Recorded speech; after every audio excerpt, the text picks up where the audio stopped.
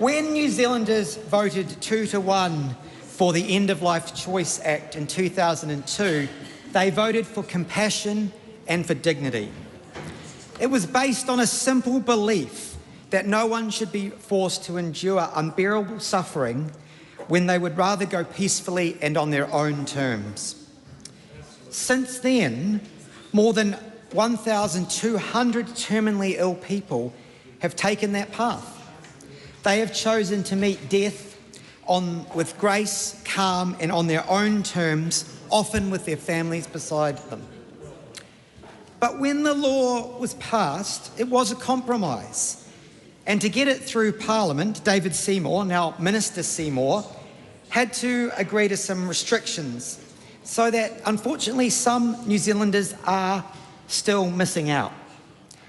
And so while it was a remarkable effort by David Seymour to get this bill through, there are people who aren't able to meet the restriction in the law of needing to die have a terminal illness that means that they'll die within 6 months.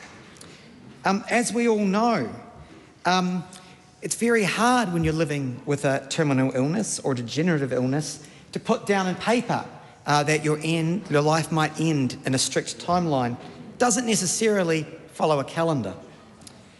And I've had many people who've had to sit beside or next to loved ones with degenerative illnesses, motor neuron disease, Parkinson's, multiple sclerosis, end-stage lung disease, where their decline might stretch over a number of years, but it's known that their death by the disease that they're living with is going to be inevitable.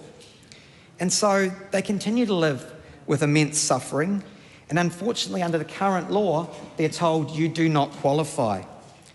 That is not compassion. And I was very moved last year when I actually accepted a petition in August of last year, which Social Justice Aotearoa had organised. And again, it was signed by over 3,300 New Zealanders, really drawing attention to this issue. And it had actually been initiated by the plight of Nicole Martin, who lives with a degenerative illness in Taupo.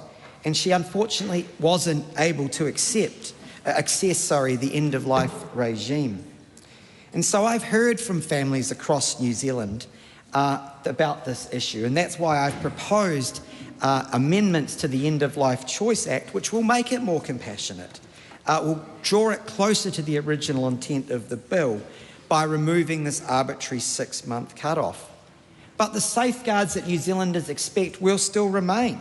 The law will remain safe, it will remain careful, but it will become finally a bit fairer.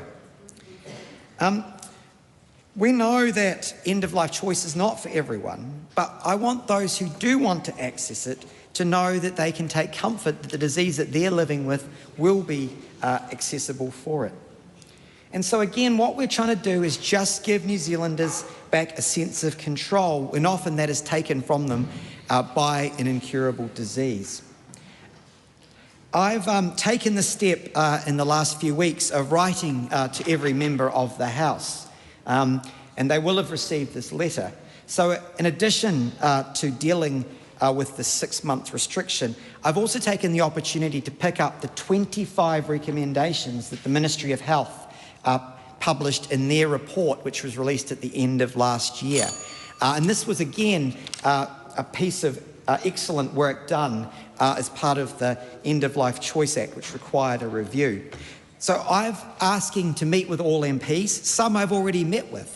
And I know there'll be some in this House that don't support the change, but I'd still like to meet with you and talk over the options, because it's important that we do actually have a dialogue around this.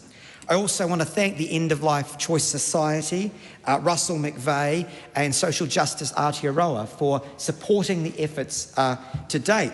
And I also want to acknowledge the Honourable Marion Street, who has once again come back on board to try and build some political consensus around this sensible amendment that I'm asking is made to the End-of-Life Choice Act. So I look forward to delivering for New Zealanders, because at the end, this bill isn't actually about politics or law. It's about love, compassion and dignity, and I want to make sure that that is abided by.